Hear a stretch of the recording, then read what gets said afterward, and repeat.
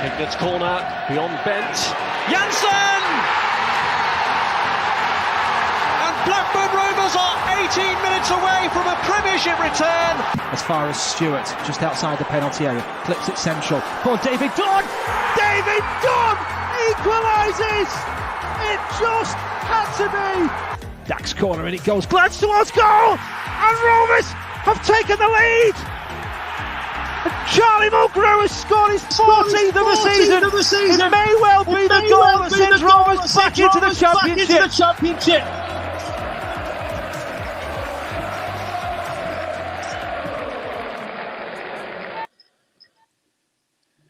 Good evening, Rovers fans, and welcome to our midweek pre-match stream, live, cold, and from my garage on this glorious Tuesday night as we preview Preston versus Rovers. I must say, absolutely loving the countdown with the commentary added. I hope you all enjoyed it as well.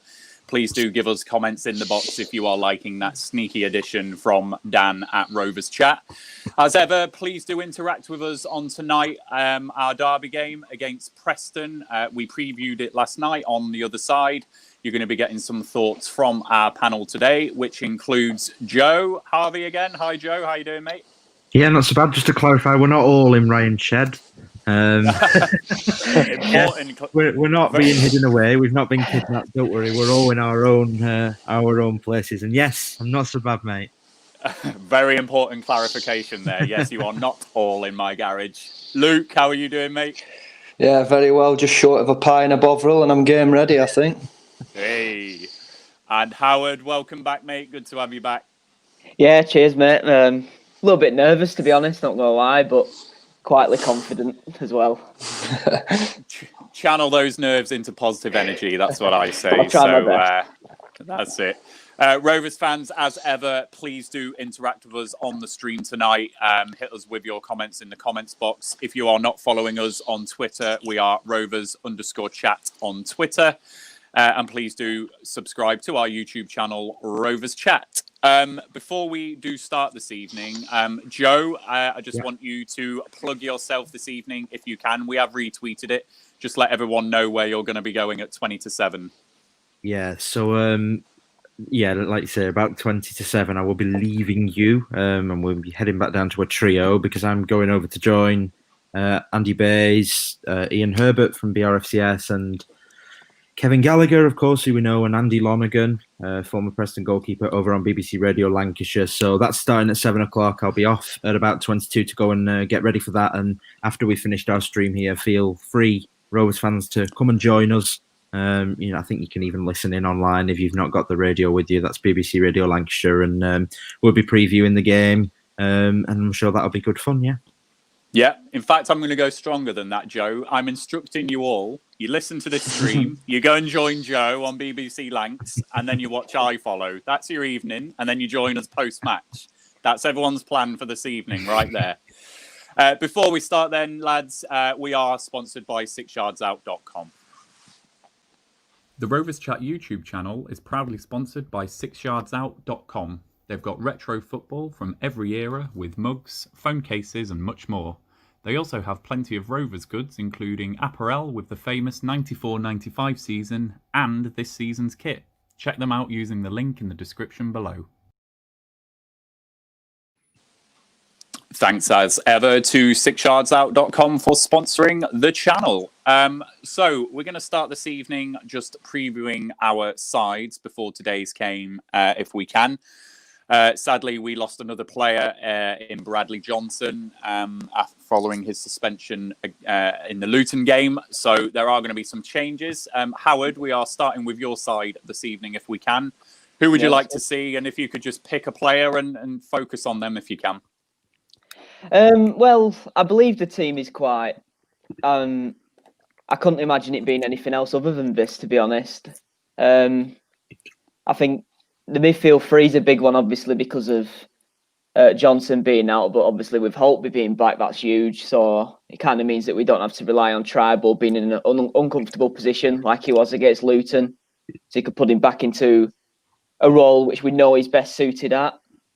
But there's really big matchups. I saw a comment that the Rothwell-Pearson matchup is huge. I think it's something that we've struggled with against Preston a lot recently, whether Bradley Dyke kind of going out of games. No, Joe Rothwell has a tendency to do this over the course of his 2 years here, but hopefully he can put in another performance like he did on Saturday, because he was by far and away the man of the match in that game. I also think, I think I've seen a few discussions for maybe Dolan or even Amari Bell at left back, but in terms of them, I think I'd like to see Dolan maybe come on as an impact sub more than anything. I think the front three, I think, has to be that.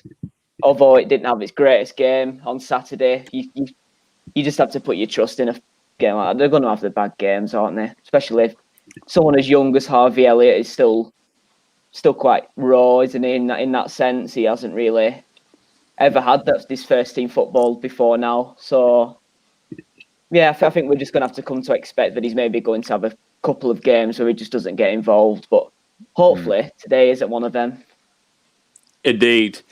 Thanks, Howard. We're going to go on to Luke's side now. So, Luke, I think you have gone for an interesting choice, which you're going to talk about in Tyrese Dolan, I believe. Yeah, absolutely. I sort of can absolutely see what Howard's saying there.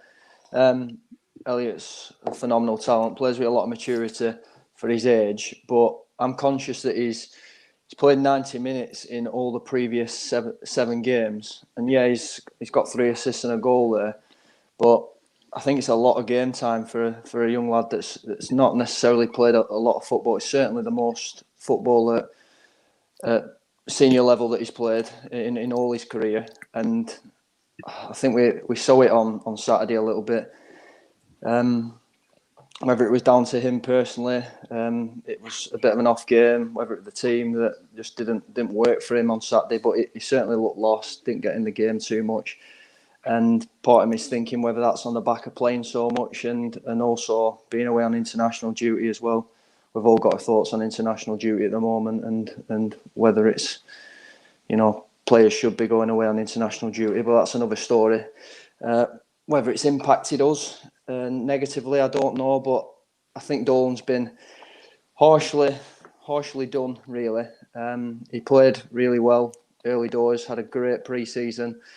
He's got 2 goals already this season in his appearances, and to be honest, he hasn't been as influential off the bench. He hasn't even had any game time in recent games, and I think this is a perfect game for him. He knows Preston. He's going to want to get at him. He's going to want to prove a point. And I think early doors, we need to start with a high tempo, and that's why I've gone Dolan there. Yeah, and the Harvey Elliott one's an interesting one. I've said on these streams before that there is clearly an agreement with Liverpool there that he gets game time and he gets minutes, and I think he's played every game 90 minutes since he's been at us. But you're right, how long can that continue? I know he's only 17, but surely a player can't play 90 minutes week in, week out, particularly with these games thick and fast. So why not tonight for Dolan in that regard? Joe, we're going to come on to your side, mate. You pick a player for us just to chat about and why you've included them. Yeah, I mean, don't worry, Barry Douglas isn't Michael Jackson. That is Amari Bell. That's supposed to be Amari Bell. Dan, he's shocking. He sits in the background and hides away from all the responsibility here. Looks like I've made this mistake now, doesn't it? I've gone for Amari Bell at left back. Everyone who watches the streams will know I'm not his biggest fan at all, and I'm not a huge advocate of his. But Tom Barkhausen, who I'm a huge fan of, has for a number of years now just absolutely ran us ragged. And unfortunately for Barry Douglas, when he was younger, was never fast. And he's definitely not fast now. We saw at Luton that he was getting some tackles in kind of on the halfway line that looked great, but also, if they'd been missed, we were snookered because he was well out of position and couldn't track back. And I just think tonight that up against Tom Barkhausen, who is as fast, if not faster, than Adam Armstrong on and off the ball, we just need somebody with some pace. It will limit us creatively going forward. I'm aware of that. But I think that's the balance you've got to try and deal with. And then obviously, in terms of fullback, on the right-hand side, Ryan Nyambe has had a torrid time against Preston. 18-19, We conceded really early on 2 goals, and both of them were at least 75% his personal fault and well out of position and just got ran around. And then also in 2021, the winner came from that man, Tom Barkhausen, on Nyambe's side. So I think if Joe Rankin Costello had have been fit, I would have been advocating for a little change there, because we've not had great success against Preston, especially away, with Nyambe and Lenihan playing on that right side together. But injuries, as per at the minute, kind of, limit the way things are. So yeah, for me, Bell, and as people have said in the comments, so stand and stare, agree R.E. Douglas's pace. I mean, from a data point of view, obviously those of you that know run the Rovers Analytics page, Barry Douglas is a below average defender. All of his data points say that he really struggles at one-on-one defending, and we all know that he's not particularly fast. Where he thrives is moving forward. But today, I just think that if Preston have got any noose, they'll be putting their strong pace type players down that left side of ours and be causing us all sorts of problems.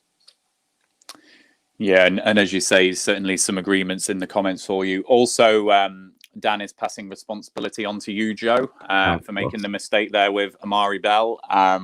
You did approve this team sheet, so I don't think I'd get treated like this at BBC Radio Lancashire. He's big time now. Yeah, if anyone would like to take the place of Joe Harvey on our panel for the post-match stream, then please do send a DM to Rovers Chat, and you can take Joe's place. No, in all seriousness, I think really fair points, Joe, about Barry Douglas there. And interesting about his stats, I hadn't clocked that one, so be interesting to see who he goes for.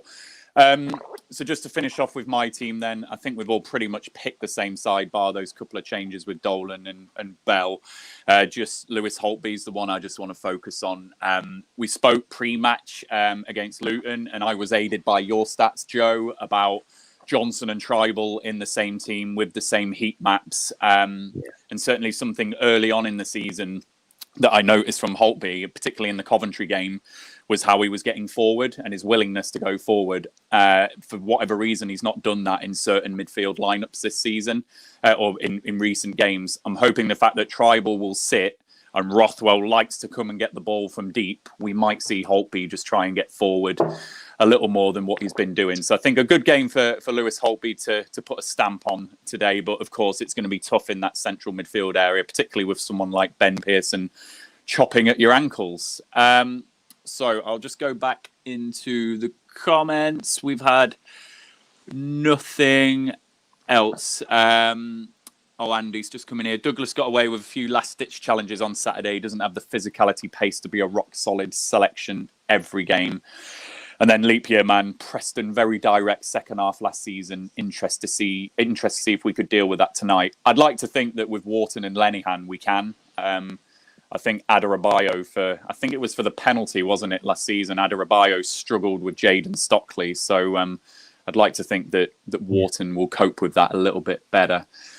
So we're going to move on then. The team news will land in about half an hour's time. So we'll do the live reveal like Christmas Day again on this show and find out who Mowbray has gone for. So we're going to talk about now a news story that broke this week. And that is the exciting news that fans can return to stadiums, subject to tier restrictions. So in tier 2, I believe that it's up to 2,000 fans, and then in tier 1, up to 4,000 fans. And we're, of course, just waiting to see where Blackburn as a town places in the tier restrictions. And then, of course, how Rovers are going to interpret that with their own policies. Howard, I'll come to you first. When you heard that news the other day, exciting, isn't it? What's your thoughts on it? Yeah, it is. I mean, it's been so long. It's going to be anything, can't really not be exciting, can it? But it's... I don't know. It's kind of at the same time. I expect us to be put into tier 3 anyway. So I don't really think it's too big of a deal for us at the moment. I think we still might be waiting a little bit longer than a few other people. So yeah, it's whatever. To be honest, I don't even think I'd be going personally because I don't even get a season ticket. So doesn't affect me too much. No. And with what Howard just said there, Joe, and the fact that Rovers fans might not immediately return compared to some other clubs, do you think Rovers do play with more freedom without that fan pressure? Yeah, 100% for me. I think, no offence to the Rovers fans, I'm a Rovers fan as well, and I sit there, I think more so than perhaps some clubs. I think you could put Sunderland in the same boat, and Ipswich, and at this stage now, Bolton and Wigan and Blackpool, clubs that feel hard done by and probably are hard done by. We're all kind of living in this world where we all expect to be somewhere different to where we are, or at least a lot of people do. And I think that there's always this kind of expectation around Ewood that there aren't many home games that people don't expect us to win. If you sat in the Rotherham home end this season or the Wickham home end, a win is just a win. And if you lose, you lose. And I think that at Rovers for a long time, we've been expecting a lot. And I think there's been huge expectation on young players like Ben Brereton. And you only have to look at Brereton and Rothwell perhaps as well as your prime examples. They've come on years in their development in the space of months without fans there putting the pressure on. So in some ways, as much as I'm desperate to get back, and I'm quite sneaky because I'll probably end up sat inside if I can't get a seat outside, and be making everybody jealous. But as much as I am desperate to get back in that way, I also believe it could be detrimental to the team. And I think what Mowbray's trying to do with the passive kind of, we've got a lot of possession, and I think people get frustrated quite easily. So I'd be worried about fans returning and that pressure piling back on. And Luke, I find this one really interesting because particularly the days when we're in the Premier League, we could pride ourselves on our home form and made it really difficult for sides coming. And it was our away form that was a real problem. We'd only really get 3 or 4 away wins a season, I think it was. Frustratingly for us now, we seem to have really sorted out some of the away form and picked up some impressive results on the road. But now teams are coming to Ewood and getting wins or draws or taking points off us. What's your view on fans and what difference they would make to Rovers, particularly turning those draws into victories at Ewood and really propelling us up that table? It's a tough one, that, because home games for me have always been where there's that real negativity at Ewood sometimes, and it does. Getting back to what sort of Joe said, some of our fans expect to be that Premier League team again, and we're not. We've completely gone the other way. We went into League One and we've had to build back.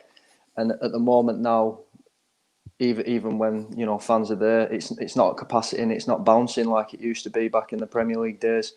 I mean, we could, teams like Man United used to struggle to come to Ewood, real big teams that we used to properly give a game, and we'd be up there challenging top half every season, and a lot of it was on home form. Now it seems like we have a better following, even going away when we do have fans, and I think we really get behind the team. And I think it's that negative sort of atmosphere that feeds into the players. It's bound to. So I'm hoping when fans do get back, we get behind this team and start believing in this direction that Mowbray's going in now. Because yes, times have been bad, and yes, we have had a lot to moan about as Rovers fans, but I think now we've got a lot to be excited for, and hopefully that translates into the terraces at some point and onto the pitch. Yeah, and we've had a few comments come through just on this topic. Stand and stare. Common sense is telling us it's all better to wait. At Rovers Chat, and a few I follow will cope. Thank you for the plug there, Stand and Stare. Gary H can see for atmosphere it's good, but club will not make money as it will be season ticket holders that will gain entry first, while security, etc. will need to be for step in the right direction though. Johnsky 90, potentially offering an alternative view. The adrenaline from the fans and the team, knowing the fans are back, will be huge initially. I think absolutely. I just think about that first game back all around the country in the Football League and the Premier League. The atmospheres are going to be incredible once capacity crowds are back or near enough capacity crowds. It should be amazing. So I think, that initial buzz will be there. Stand and stare, home crowd at 4K space socially will make little difference. That's a really fair point. And with the rules as well, Ryan, sorry to just cut you there, but the rules that are basically going to be forced on every club about not shouting and singing and clapping, and I think when people talk about it making a difference to the atmosphere, I really don't see it. I think it's all emotion for individual supporters, really, given that nobody can shout or scream anyway. Yeah, absolutely. And Dennis Greenwood, this is a really interesting comment as well, particularly when you compare the Premier League home form that I was talking about versus our Football League home form. Teams come to Ewood, i.e. your Rotherhams and Brentford, still see it as a Premier League ground. The players in turn get up for it, and we don't have the crowd to lift the players like we do when we play away. I think that's a really, really interesting view, actually, because our stadium is great. When you look around the Championship, it is one of the best stadiums in the Championship and is a great day out for a lot of clubs, particularly if they've never been to Ewood before. Howard, what's your view on what Dennis has just put there? Do you see that from sides when they come to Ewood, with or without the crowd? In all honesty, I don't, to be honest. I did at a certain stage. I think that's more relevant to say maybe 5 years ago, but at the moment, no, I don't know. It probably is a Premier League ground, isn't it? But I don't think these teams like I think maybe a team like Wickham might, because they're kind of them being this high in like the pyramid, if you will, is kind of a bit different from, isn't it? But teams like Rotherham, I mean, we might. To me, I think Rotherham will probably see us as just another team at this point, personally. I don't think the fact that we were in the Premier League 8 years ago really makes that big of a difference for these teams that come anymore. I do believe it did, like, originally, maybe the first couple of seasons, especially the first. Remember, we lost a lot of games to the lower end teams like the Peterboroughs that year. You could tell it was their kind of a big day out, if you know what I'm trying to get at. But now, yeah, like I've said, now I think that's kind of not really that big of a part, in my opinion. Yeah. And just in response to that, leap year man, either that or simply because teams fear us and set up to defend, which we struggle to break down. In the Prem days, we were underestimated. Yeah, absolutely, we were. And stand and stare, Dennis is right. Most visiting crowds are impressed by the stadium, but it's the teams that count. Stand and stare. Yeah, you just followed that up with another comment there. Joe, I'm going to come back to you. Ollie James has asked a comment and a question, which actually I've been thinking about as well. Do you think it's fair that some teams are allowed fans and some are not? Does it give tier 1 and tier 2 teams an advantage? So let's just test that out a bit. Rotherham Stadium's about 10,000. Wickham's, I don't know what the capacity is, but it's quite low, isn't it? They're potentially, I think the restrictions take it up to 50% of capacity, but still a half full stadium that's able to generate an atmosphere. Does Wickham away and Rotherham away become a much more difficult game, even with restricted fans? I just don't think. I personally believe, let's say that Blackburn's in tier 3 and we can't have fans, and Rotherham, for example, could have, let's say they were in tier 2, where you're allowed 2,000 fans in year 2? Oh, primary school. In tier 2, you're allowed 2,000 fans. So let's say Rotherham have got 2,000 fans spread across their stadium. They're not allowed to sing, they're not allowed to shout, and they're not allowed to clap. They have to socially distance from each other.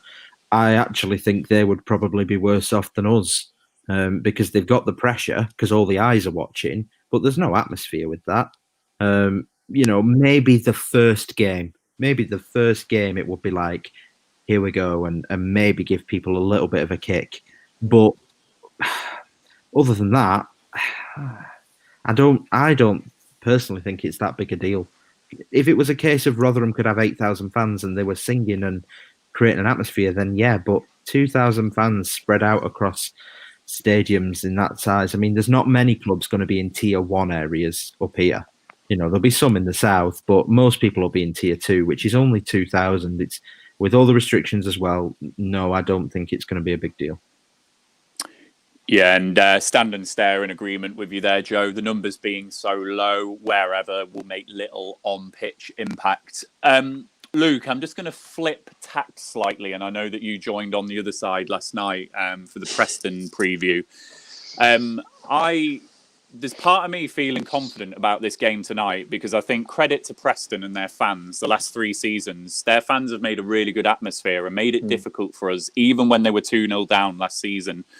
Could that play into our advantage tonight? The fact that those Preston fans aren't there generating that atmosphere, and it becomes just a standard Championship fixture in that regard. Where are you on that one?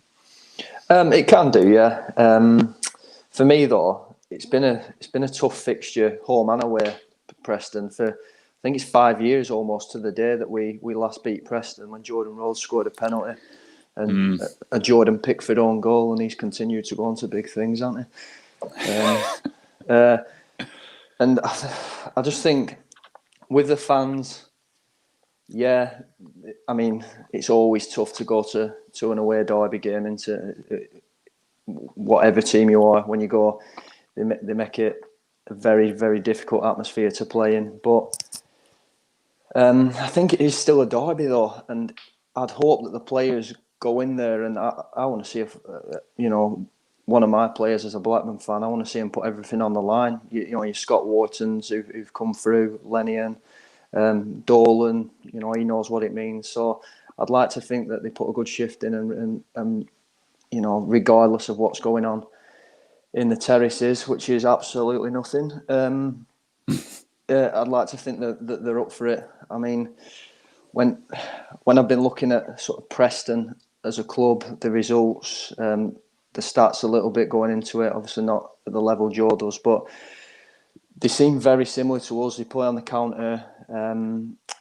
The games that they've dominated possession, they've lost. Rotherham, Millwall, Birmingham in the last 6. They've had the lion's share of possession. They've lost them games. Sheffield Wednesday last game being a bit of an anomaly, because they were down to 10 men and they were absolutely shocking. But other than that, they play very similar to us, and I just think that it's going to have to be a tempo thing. We can't let the fans not being in the stadium get to us. We're going to have to start on the front foot and attack them and really go for the game. I think if we sit back, try and get the lion's share of possession and try and dominate the game, I think they'll take us on the counter, and it'll be a very tough night. Yeah. And Howard, we've got plenty of the players involved tonight that were there last season and got burnt, 2-0 down at half time. Preston win that game 3-2. Surely we've got enough in the squad tonight, regardless of fans being there or not, to motivate themselves and understand how important this game is. And with people like Elliot Bennett in and around the squad, firing everyone up, we should be motivated for this game, shouldn't we? Yeah, I certainly hope so. I mean, a lot of I remember last season a big player that we didn't have for that game was Lewis Holtby, that I've always remembered, and I think he can be really, really huge him coming back, especially with Johnson missing. You need that impact from the midfield, don't you? So it's a bit of a relief in that regard, but I'd certainly hope we don't see the same rubbish as we did last year. I mean, the basic things that they did last year, just bring on the beanpole striker, whose name's passed my mind, and it just completely sent our defenders into another planet. We didn't have a clue how to deal with it. It was shocking, really, for a professional team to defend that badly. And I'd hope that doesn't happen again. And I'm sure that it won't. I'm sure that a lot of them will kind of want to put the wrongs right. Certainly, was it Derek Williams? I believe it was, weren't it? That was pretty shocking that day. I think there was quite a few others that have passed my mind, but I think the idea that I know we haven't beaten Preston in what is it like? I think it was the Paul Lambert's first game, weren't it? God, that's 5 years now. Ago, yeah. I mean, 2015. Yeah, so it is a long time, isn't it? But I'm honestly quite confident today. I wasn't confident last year, and I can't remember the year before, but I don't know. There's something about it. I don't particularly rate Preston as highly as I did a year ago. I think since the turn of the year, I think it was an absolute shock that they were so bad before lockdown, but yet they still kept a place in the top 6 because no one took control of it. And then once someone did, they just completely plummeted down the league, didn't they? So I think I agree with what Luke said. I think they are very similar to us in that regard.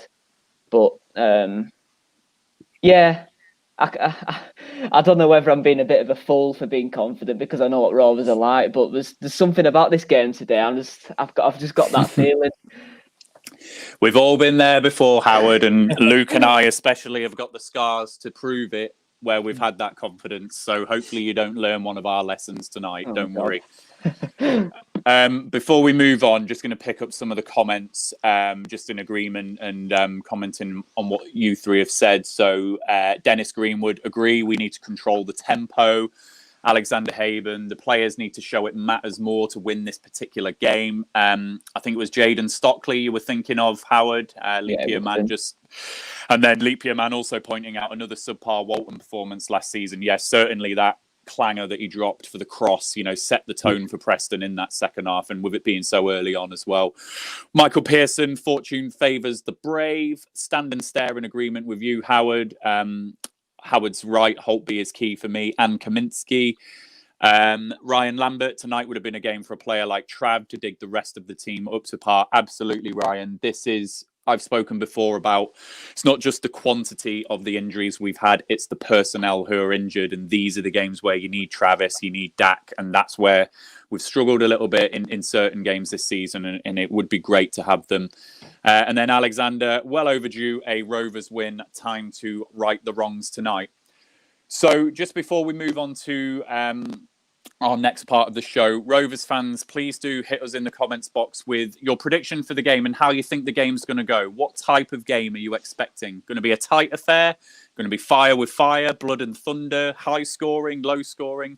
Let us know how you think the game's going to go and what you think the score will be. But before we do that, I am just going to go back to Alexander Haben's comment because he has asked the question twice, so we owe him a response. How many beers will I need to get me through the match? So we're just going to do a straw poll of the panel. Joe, how many beers? Oh, it depends how hopeful you are, I think. I think I'll crack open one. Luke, how many? I think you've got to start on that first beer and see how it's going. If it's going well, drink more, enjoy it. If it's going bad, drink more, drown your sorrows. There we go. Howard? Yeah, what Luke said. I mean, knowing us, we'll probably be 1-0 down after 30 seconds like we were a couple of years ago, and then I'd be cracking open about 5 or 6 by half time, won't you? Drown your sorrows. Absolutely. Alexander, I think in the interest of fairness as well, we should not be promoting excessive drinking. Everyone, please drink responsibly. Have a couple. It's a school night. We've all got work tomorrow, so let's all drink sensibly. And if Rovers win, crack open a few more. So, Joe, I'm going to come to you. Yeah, well, I'm going to come to you, Joe, before you head off to your new career with the BBC. So how do you think that the game's going to go tonight, and what's your score prediction? Oh, yeah, thanks for coming to me first. I can then run off then, can't I, and just leave you guys to it down here in the minor leagues. For full transparency, this was who's going to do it, and I just said yes first. So it's nothing to do with me being any more special. Thanks very much. Don't sell yourself short, Joe. Okay, very much. We sent our best man. Oh, well, thanks, guys. Prediction, you're not going to get too much positivity out of me today. I'm just not particularly excited about it. Everything says, we've got to win, and all of the form and all of the, everything really. And I bet against what everyone else thinks. So I just don't think it's going to end great. And I feel like it's going to be another 1-1. I said Luton was going to be, I think I said 1-1 for that again. Did I say 1-1? I think I did. I think that's you think Leap Year Man's called you out here, Joe. I think it's 1-1, and I also think tonight's going to be 1-1. I think back to the home game where Lewis Holtby topped off for Adam Armstrong, and then they got an equaliser out of basically nothing. And I think it's going to be that kind of night, really. 1-1 is what I'm going for. Great. And Joe, just remind us timings for BBC Lancashire. When can we join you? What So time? once we're finished here, you can go and grab your beer out the fridge. We're starting, well, I think the show will actually be on. It's Andy Bays, Kevin Gallagher and Andy Lonergan, and then myself and Ian from BRFCS will be joining the gang as well as some people from, I think it's from the Finney podcast. At 7 o'clock, we'll kind of be getting going, and I don't know how long we're going for, but we're just going to have a little chat about the game. And Michael, yeah, I'll try and somehow work your name in there, as per your comment there. I'll see what I can do. Just tell them Right that then, you've declined a better offer this evening to come and join them. So just make sure you make that clear to them, right? Yeah, I will. Thanks very much for tonight, Ryan, and I'll see you all for the post-match stream. Good luck. Yeah, cheers, Joe. Enjoy yourself, mate. See you later. There we go. We've formatted into a trio now, so that's gone seamlessly. So before we move on to you, Luke, I'm just going to pick up quite a lot of the comments here, just predictions that we've had coming through from people. Stand and Stare prediction 2-1. Leap Year Man, tight game. Heart says 1-0 Rovers. Head says 0-0. Jack Hamer 2-1 Rovers. Alexander Haben, great advice, lads, on the beers. And Stand and Stare has suggested 5 beers, Alexander, if you want to go for that. Ryan Lambert, can't see us not conceding, unfortunately. Cagey game 2-2. Alexander, you've got work tomorrow as well. So, yeah, you're struggling on the beers there, 3 or 2. Ollie James, Rovers to win 3-2. Armour Rothwell and Dolan coming on at 2-2 to bag the winner. Now, that would be a dream. And if you haven't watched On the Other Side, Luke has already stated that it's going to be Dolan to score with a Bauer own goal, which would just be utopia, wouldn't it? So you're in line with Luke on that one. Gary H, 1-1 tonight. And yes, that's all the comments that we've had so far. So, Luke, where are you? What's your prediction for tonight? How do you think it's going to go? Got to live and die by the sword now, Anna. For throwing banter like that around. In all honesty, I've gone for Dolan in my team prediction. I really think they can make an impact on this game from the off. So it'd be nice to see him start, and it'd be nice to see him make that impact. It's always a difficult one to make a Rovers prediction because we either draw a game, narrowly lose, or we go out and turn teams over. So, in all honesty, I can see us if we start at the right tempo and catch Preston on the way, get an early goal. I think we can go on to win this game 3-0. I also think it's a game that will, it'll probably, on the other end, like you said, be a cagey game, peter out and finish 1-1. So we're either going to draw it or it's going to be a high-scoring game on our part. Then again, it's Blackburn Rovers and we've come to love them, haven't we? So we do. So can I clarify? You're going for your 3-0 prediction? I'm going to stick with it, yeah. Live and die by the sword, and you can thank me all later. There we go. And can I just clarify, you've not had a drink yet before the game? Strictly water. We only promote water at Rovers Chat, so... There we go. So a sober prediction from Luke, everyone. No one's gone as bold as Luke yet in the comments. Howard, can't wait for this. Howard, you said that you are feeling a bit more confident. You've heard from Luke there and how he thinks the game is going to go, and obviously from Joe as well. What's your prediction? Yeah, I'm maybe not as confident as Luke, but I'm confident we can come away with the result. Yeah, I went for a 3-1, I believe, but I'm thinking of more of a 2-1 actually. I think it's going to be. I agree with what's been said. It's going to be a very cagey game. It's going to be very scrappy. I think we're just going to have to take the chances when they come. And a lot of the time this season, I know we haven't done that, but I also think Preston have a little bit of a problem in terms of the scoring the goals as well. So hopefully we can score more than them. But yeah, I went for I'll stick with my 3-1 actually. Saw the 2-1. I'll go. Barkhausen always scores against us, so I'll go for him. And I'll go Armstrong, Brereton and Dolan. Just has to be Dolan, doesn't it? I can't not say Dolan. There we are. And we've had a few more comments come in. So Alexander Habens predicted 2-1 Rovers win. McCaney88, who I assume is a Preston fan. Welcome to the stream, mate. You've stumbled across the wrong place. 3-1 to us nobbers. And then Ryan Lambert, this confidence is overwhelming. Am I in the right place? Yes, you are, Ryan. I don't understand what's happening either. So we're obviously feeling a bit confident. My prediction is just entirely based on the crowd, actually. I do think the lack of crowd is going to make a difference tonight and just settle the contest a bit more. I do agree it will be a bit cagey at times. I think it will be teams that are trying to cancel each other out in an attacking sense, actually, not sitting back. I think we're going to go for each other, which might just cancel the game a little bit. But I do fancy Rovers to squeeze it 2-1. But yeah, cagey at times, but possibly a bit exciting at other times as well. So 2-1 Rovers is where I am at. Tom Halliwell, 5-0 Rovers. They'll get a red. Now, Luke, you've been outdone there, I'm afraid. Tom Halliwell has and Ellis I'm racing Dixon. him 6-0.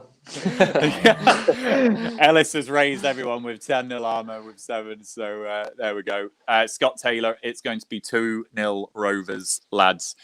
So we're just waiting on the team news to drop in 3 or 4 minutes' time. Luke, I'm going to come to you just to talk about someone that we've not spoken about much tonight, but he will be a big miss. Bradley Johnson, suspended for the game tonight. Ben Pearson's in that central midfield area for Preston. It is a derby game.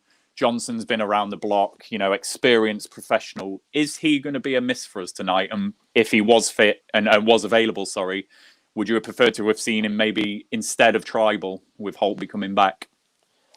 Based on what we've seen so far, yes. Obviously, he went and got Player of the Month in that first month. Had a real good run of games to begin with, and then obviously we lost him for a little bit. I really want this to be the moment Tribal stands up and be counted. I hope that on this post-match interview, he's the one person that's on the post-match stream. He's the one person that's being spoken about. Because I think it's a massive opportunity for Tom Tribal. I honestly think that Bradley Johnson would have been the name on the team sheet because for every reason that you said, he's got the experience, he gives you that tenacity, he gets his foot on the ball, he's got a calm head, but he's also, he gives you that little bit from deep as well as breaking up the play and being that player that you can rely on. So I think Tom Tribal really needs to make this his game because certain Rovers fans have lost faith a little bit.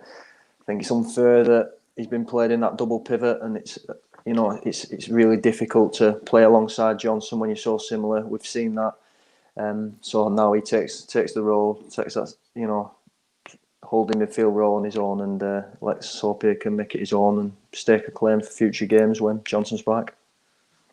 Absolutely. And just in response to a question that we had from Leap Year Man, team news coming soon. Yeah, Leap Year Man, it should be any moment now, and we will drop it and scroll it along the bottom of the screen as well so you can see it. Linz Lewis 15, we never know which Rovers are going to turn up, keeps it interesting. Yeah, it does. That is the Rovers that we have come to know and love, isn't it? And, that's interesting team news. Wow, my God. Gallagher out on the right. There we go. So we're all wrong. We're all wrong. We will scroll it across the bottom in a moment. Kaminsky, Nyambi, Wharton, Douglas, Tribal, Holtby, Rothwell, Gallagher, Brereton, Armstrong. So Harvey Elliott drops to the bench. Wow. So Howard, I'm going to just get an instant reaction from you. To be fair to Sam Gallagher, we have spoken about it on this show. That front three has been picking itself this season, and Gallagher has had some time on the bench. We did speak about earlier on, and Luke suggested that Harvey Elliott might need a rest. So Gallagher came off the bench and scored against Luton. That's a manager just rewarding him for getting a goal, is it not? I mean, when you put it like that, yeah. I mean, I suppose it is. I think Luke's been proven right. I mean, it seems that way about Harvey Elliott. I mean, I can't particularly understand why he's been dropped other than something like that.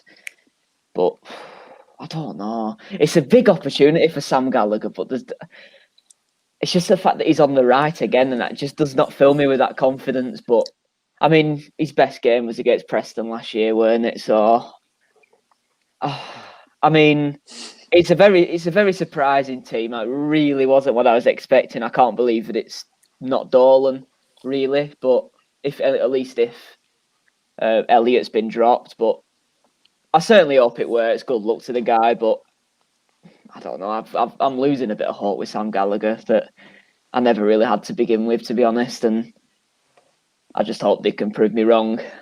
And Luke, so it is largely the side that we were all expecting. He has gone for Barry Douglas over Amari Bell. And yeah, it's Sam Gallagher who's come in for Harvey Elliott.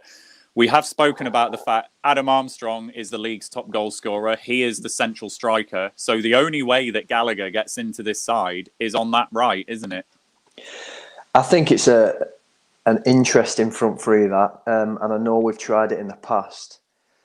I think any one of them three players could do a job down the middle. I know Brereton's shown real form out on the left, so that's where he's naturally gonna go. But I think we could play with quite a fluid front three there. Fluid's the wrong word because Gallagher's certainly pace isn't his biggest thing, so I don't want that to get misconstrued as that's where I'm going with that. But I certainly think that we can work with how the game's going there, and if we need to mix it up a bit, get Gallagher down the middle, get maybe Armstrong getting out wide, try and get him on the ball a bit more. Maybe they're going with that sort of outlook on it as to whether we can be a bit more fluid. Gallagher gives us, I'm not sure about physicality, but he's certainly a striker. He's not out on the wing, so I see him drifting in. I can see that happening, and I hope he gets rewarded with a goal. I really do. We've got players to come off the bench, a lot of pace there in Dolan and Elliott, and I expect to see both of them at some point.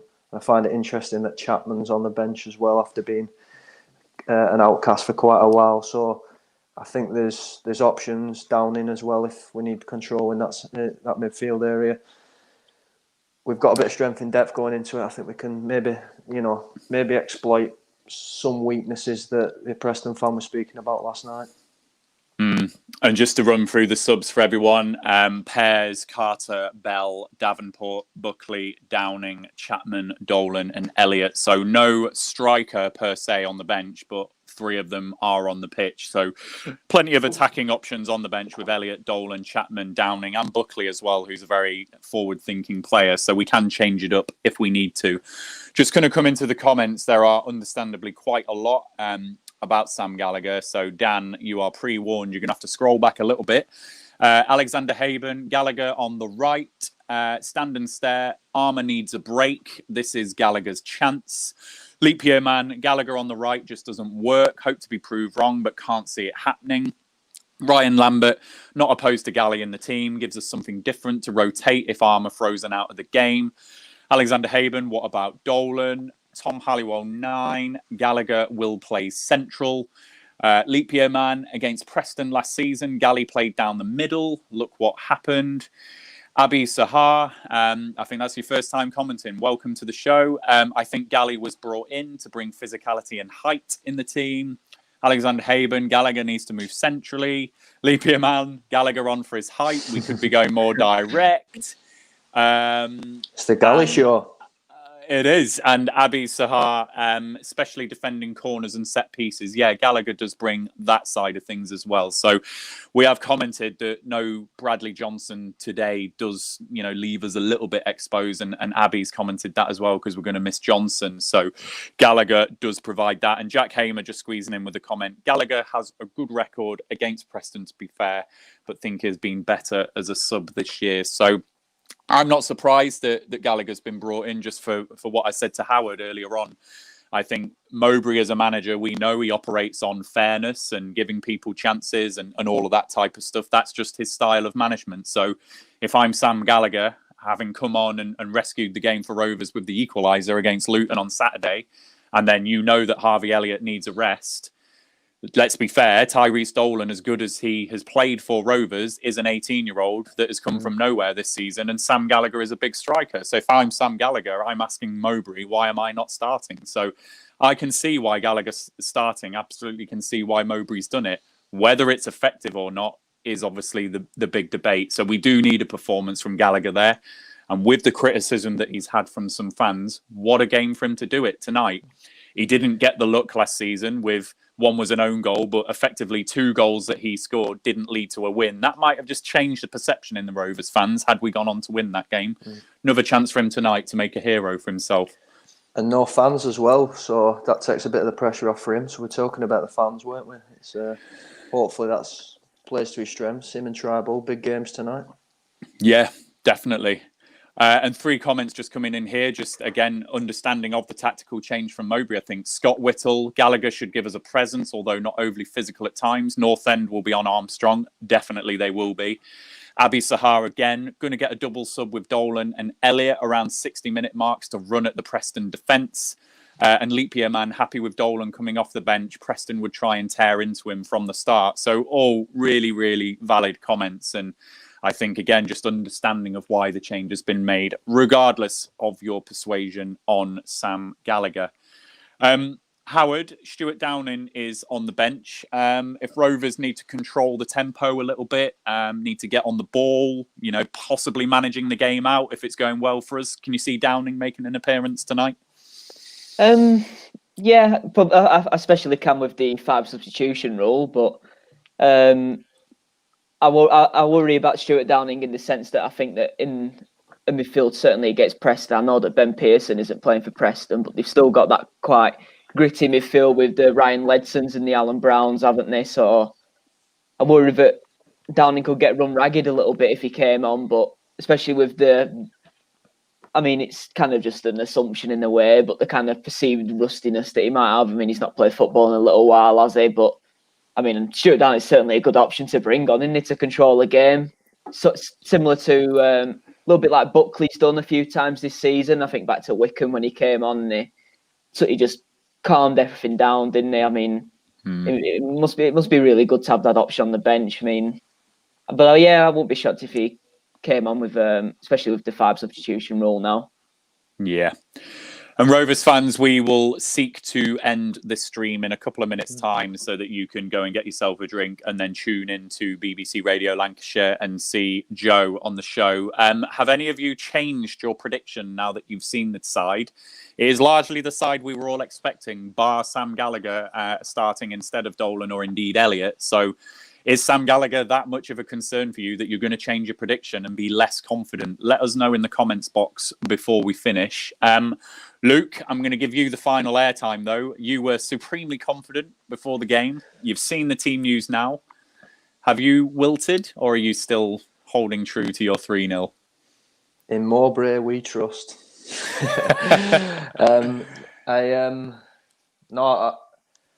I think there's method in the madness. Like you say, he's had some good form in recent games against Preston, particularly the last one. Not much else good to say, really.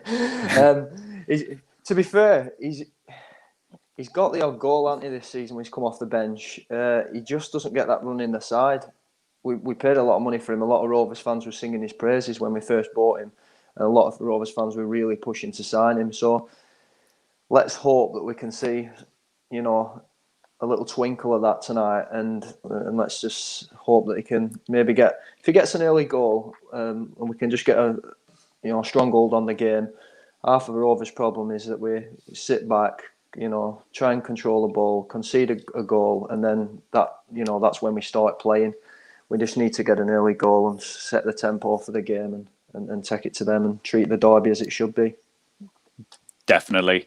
And just to finish on a couple of little snippets here, just picking this off the Rovers Twitter account, 100 Rovers appearances for Sam Gallagher tonight, and it's also 100 Rovers league starts for Adam Armstrong, the evergreen Adam Armstrong, who is still, 22, 23, which is incredible. So just going to finish off with some comments that have dropped in, and then we will close the stream. So Abby Sahara's come in with a score prediction of 4-1 Rovers. Gally grabs a couple of goals. Abby, join us later to see whether that prediction came true. We would love to see you on the post-match stream later from about 10 p.m. Ishi99, welcome. Surprised our best wingers on the bench. Leap year man, if our midfield can get hold of the game, then our strikers will get chances. The key is to be clinical. Yep, definitely. That's been a bit of an Achilles heel for us all season, that hasn't it? Even with those games that we could have won by bigger margins, actually, when you think about Derby and Wickham. And even Coventry as well. And then Alexander Haben, we will give you final comment of the night. I'll stick with 2-1 Rovers win, Armstrong and Gallagher to score.